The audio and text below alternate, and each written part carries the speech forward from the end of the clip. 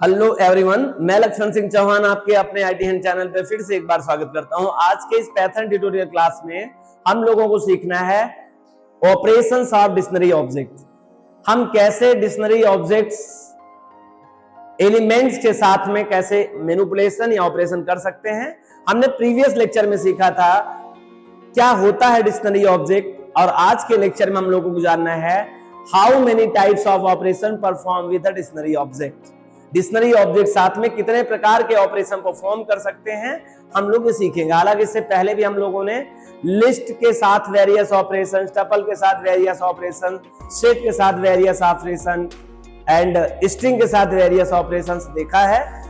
Definitely mostly आपको मिलेगा कि सेम टू सेम कुछ ऑपरेशन परफॉर्म किए जाएंगे हम डिक्शनरी ऑब्जेक्ट के साथ में भी। आइए डिक्शनरी ऑब्जेक्ट को सीखते हैं कि उनके रखे गए एलिमेंट के साथ में आप कितने प्रकार के काम कर सकते हैं। और जब आप कोई वर्क कर सकते हैं किसी एलिमेंट के साथ में किसी ऑब्जेक्ट के, तो दो तरीके से किया जा सकता है। या तो लॉजिक के थ्रू हम लोग ऑपरेशन परफॉर्म करते हैं या प्री डिफाइंड मेथड और फंक्शन के थ्रू करते हैं। तो यहां पर ये बात तय नहीं हुई है कि किससे करना है। अभी तो आपने लॉजिक सीखा ही नहीं है, प्री डिफाइंड मेथड और फंक्शन जानेंगे। तो हम जो भी ऑपरेशंस प्रीवियस क्लास में भी कर रखे हैं वो सब लॉजिक से नहीं सीखा है, प्री डिफाइंड मेथड और फंक्शन सीखा है। तो आज डिक्शनरी क्लास में भी हम लोग देखेंगे कौन कौन से ऑपरेशन होते हैं, और कोई भी ऑपरेशन अगर करना सीखेंगे अभी इस टाइम में तो प्री डिफाइंड मेथड और फंक्शन के थ्रू ही देखेंगे। हम इसी लेक्चर क्लास में ऑपरेशन फर्स्ट ऑपरेशन एक्सप्लेन भी किया हुआ है, जो नेक्स्ट पार्ट में है। जब मैं आपको पढ़ा रहा हूँ ये वाला पार्ट, तो आप उधर से कंसंट्रेट नहीं होइएगा, नहीं आपका इस वाला पार्ट मिस हो जाएगा। बाद में हम लोग उस पार्ट को समझेंगे जिसको आसानी से हम लाइन बाय लाइन एक्सप्लेन करेंगे जो कुछ लिखा हुआ है। ठीक है, चले ऑपरेशंस ऑफ डिक्शनरी ऑब्जेक्ट। जैसे कि किसी भी क्लास के ऑब्जेक्ट साथ में वेरियस टाइप्स के ऑपरेशन परफॉर्म किए जाते हैं, वैसे डिक्शनरी के साथ भी वेरियस टाइप के परफॉर्म किए जा सकते हैं। कौन कौन से किए जा सकते हैं देखिए। क्रिएट अ डिक्शनरी ऑब्जेक्ट, सबसे पहला काम तो होता है मेमोरी पे जगह लोकेट करना। क्योंकि जब आप जगह लोकेट करते हैं तो उस टाइप की वैल्यू रखते हैं। जब आप जगह लोकेट करना, वैल्यू रखना, तब कहीं जाके ऑपरेशन की बात होती है। इसलिए सबसे पहला जो काम है वो क्रिएट अ डिक्शनरी ऑब्जेक्ट। कैसे एक डिक्शनरी ऑब्जेक्ट क्रिएट करेंगे हम ये ऑपरेशन सीखेंगे, और यह ऑपरेशन हम इसी लेक्चर में कंप्लीट कर देंगे।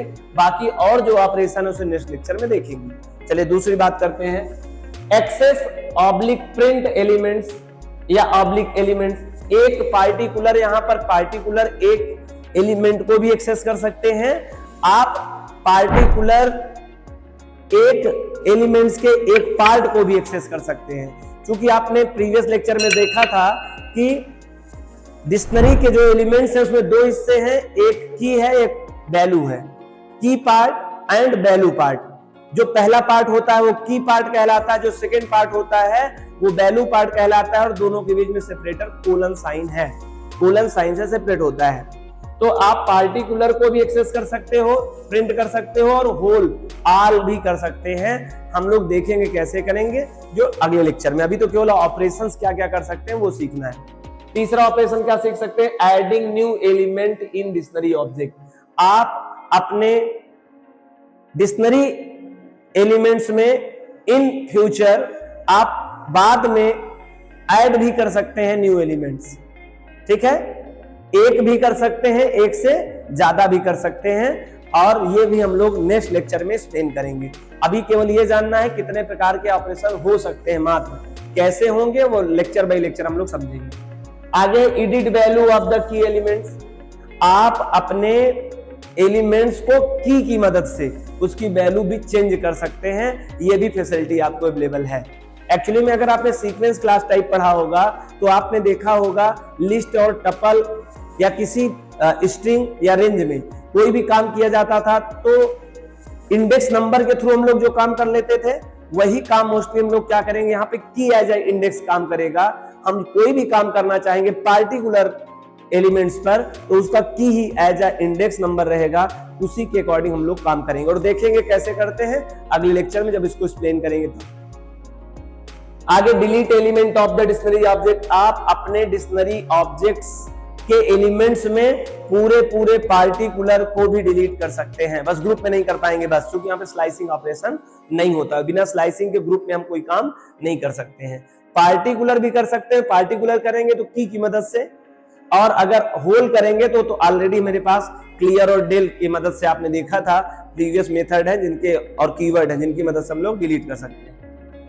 Searching element in dictionary object, आप पार्टिकुलर की के माध्यम से अपने एलिमेंट्स को सर्च भी कर सकते हैं, और हम लोग ये भी ऑपरेशन डिक्शनरी ऑब्जेक्ट आप देखेंगे कैसे करेंगे, हम अगले लेक्चर में देखेंगे।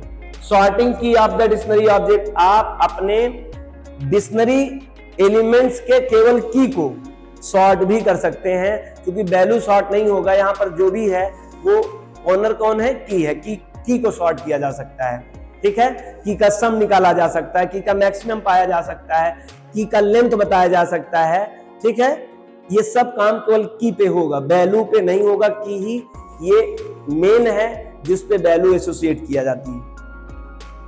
Copy elements of the another dictionary object, आप जैसे कि देखा था सेट में या आपने देखा था लिस्ट में, आप बने हुए डिक्शनरी ऑब्जेक्ट्स के एलिमेंट्स को डायरेक्ट वन टाइम एक ही समय में आप दूसरे ऑब्जेक्ट पे असाइन कर सकते हैं। होल वैल्यूज, जिनकी जितनी भी एलिमेंट्स होंगे वो एक नया प्लेस भी बन जाएगा, उनकी वैल्यूज भी क्या कर लेगा, कॉपी कर लेगा, ये भी हम लोग देखेंगे।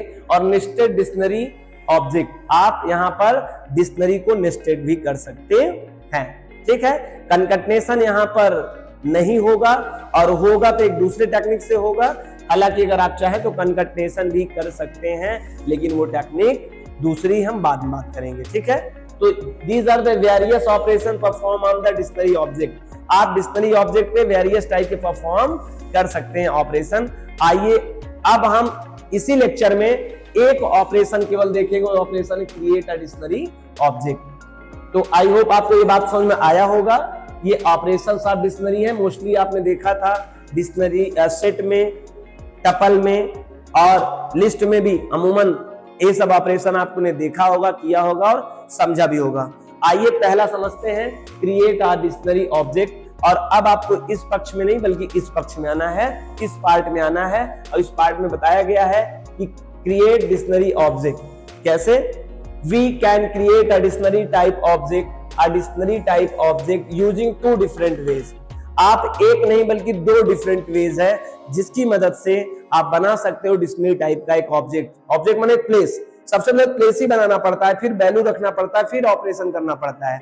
First work is a create place, second work is a insert value, third work is a operation manipulation etcetera etcetera. पहला काम तो क्रिएशन का ही होता है, पहले जगह बनती है, फिर वैल्यू रखा जाता है, फिर ऑपरेशन होता है। इसीलिए हमने सबसे ऊपर क्रिएट अ डिक्शनरी ऑब्जेक्ट ही लिखा है।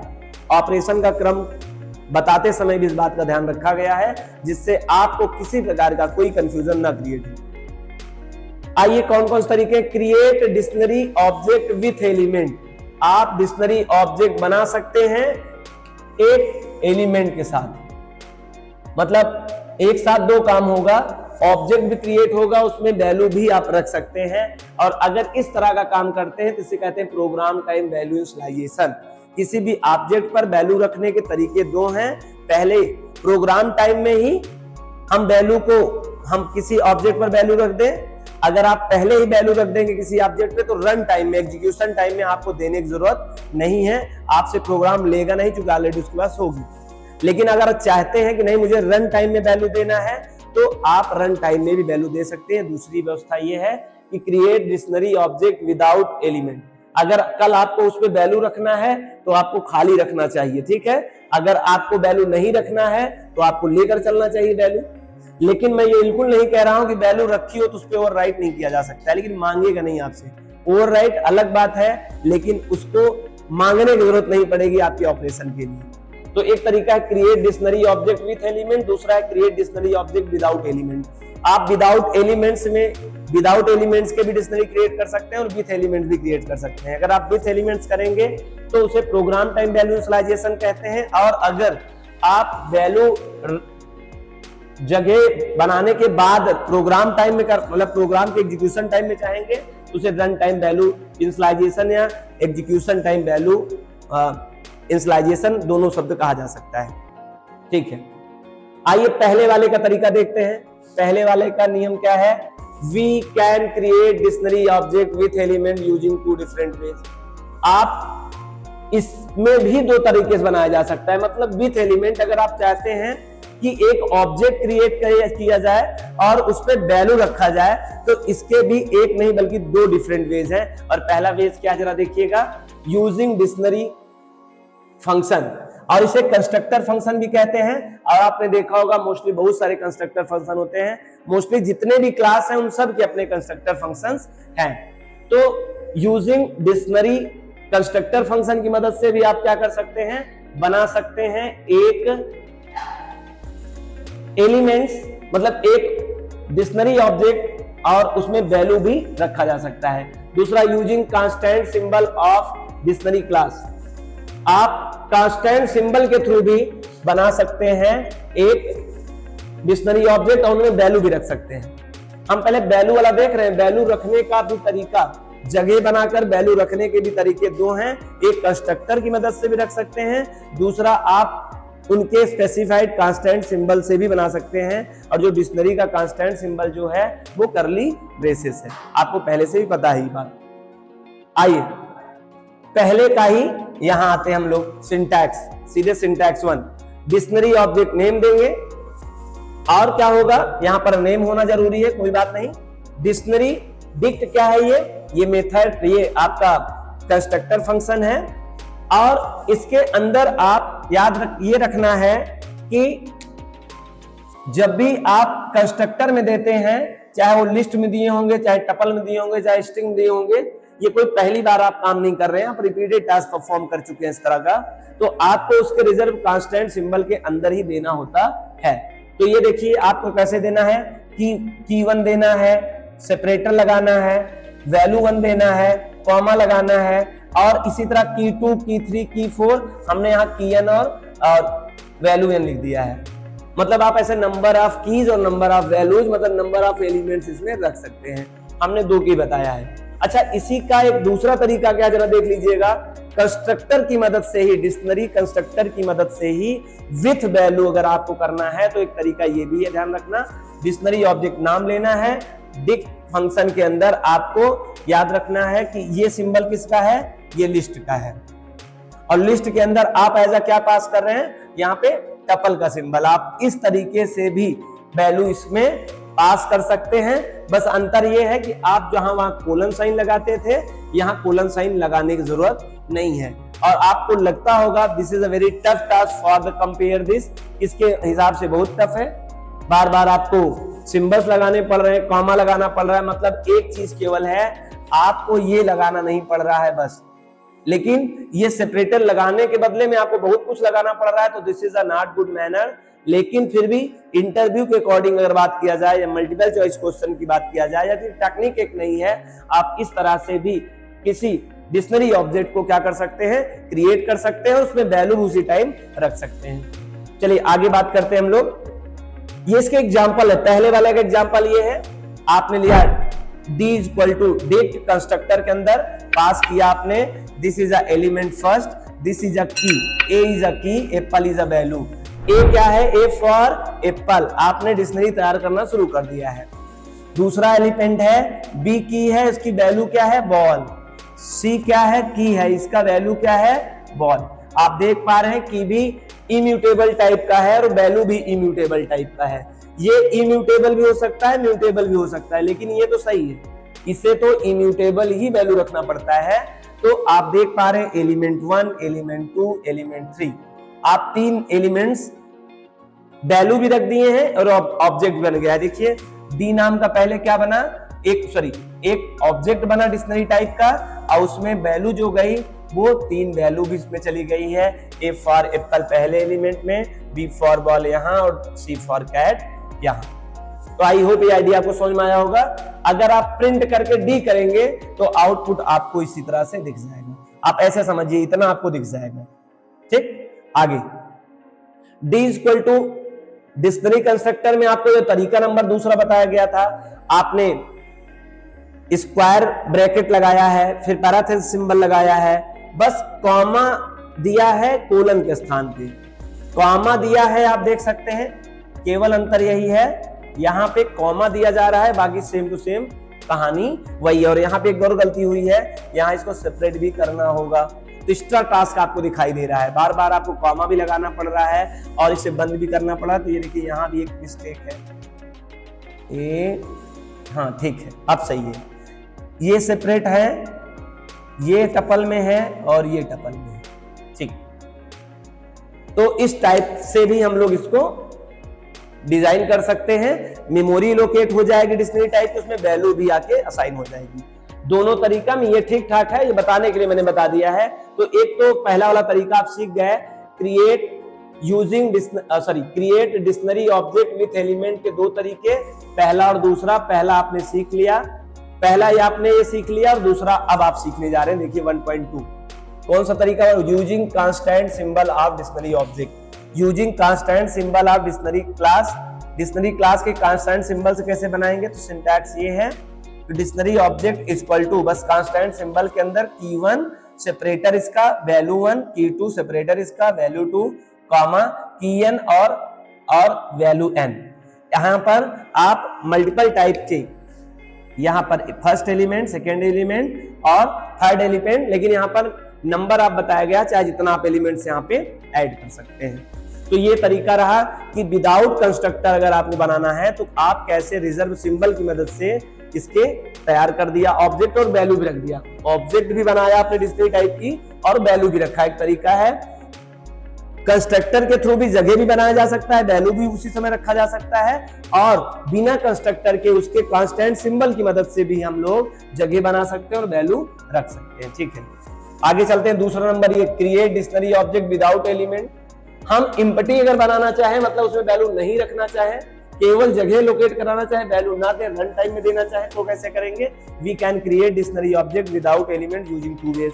इनका भी एक नहीं बल्कि दो तरीका है। पहला तरीका क्या है, सिंटैक्स देखिए, सेट ऑब्जेक्ट नेम। सर यहाँ सेट क्यों लिख दिया, क्योंकि डिक्शनरी अगर कंस्ट्रक्टर फंक्शन से आपका कोई जगह लोकेट होगा तो वो फिक्स है कि वो सेट टाइप का ही ऑब्जेक्ट होगा, इसलिए यहाँ सेट लिखाया, बहुत इंपॉर्टेंट है। ये तय है, प्री डिफाइंड बात है कि जिस कंस्ट्रक्टर की मदद से जगह लोकेट होगा वो उसी टाइप का ऑब्जेक्ट कहलाएगा, तो इसलिए यहाँ पर सेट ऑब्जेक्ट नेम तय कर दिया मैंने। इसे एम्प्टी डिक्शनरी ऑब्जेक्ट भी कहेंगे अगर इस तरह से आप बनाएंगे तो, और set object name equal to आप ऐसे भी बना सकते हैं। इसका एग्जांपल आप यहां समझ सकते हैं, थोड़ी देर के लिए समझें। आप यहां पर d इक्वल टू DICT ऐसे आप कंस्ट्रक्टर की मदद से देखिए एम्प्टी लिस्ट बना दिए, और आप d इक्वल टू और सिंबल की मदद से भी आप बना सकते हैं। एक तरीका ये है, एक तरीका ये है। सर कैसे पता चलेगा कि बन ही गया है, तो आप एक काम कर सकते हैं, प्रिंट में टाइप फंक्शन के अंदर d पता कर लीजिए, d का आपको खुद ही बता देगा कि ये किस टाइप का है, डिक्शनरी क्लास टाइप का है। आपको ये पता करना है कि सर जगह लोकेट किया है कि नहीं किया है, तो आप प्रिंट में id फंक्शन के अंदर d को पास कर दीजिए, तो आपको क्या बता देगा, वो एड्रेस भी बता देगा जो एलोकेट किया होगा। इससे ये प्रमाण मिल जाएगा कि जगह भी बना हुआ है और वो डिक्शनरी टाइप का भी है। तो आई होप आपको ये क्रिएट डिक्शनरी ऑब्जेक्ट समझ में आ गया है। तो आज के लेक्चर में हम लोगों ने ऑपरेशन ऑफ डिक्शनरी ऑब्जेक्ट देखा, उसमें से एक ऑपरेशन हम लोग ने कंप्लीट भी कर लिया। बाकी के नेक्स्ट जो ऑपरेशंस हैं हम लोग नेक्स्ट लेक्चर में उसको कवर करेंगे। अगर आपको आज का यह video creation operation of dictionary object and create a dictionary type object समझ में आया तो वीडियो को लाइक करिए, और अगर आप पहली बार चैनल पे आए तो सब्सक्राइब करिए, ज्यादा से ज्यादा अपने दोस्तों को शेयर करिए। Thank you so much, meet in next class for the other operations of dictionary object. Thank you so much.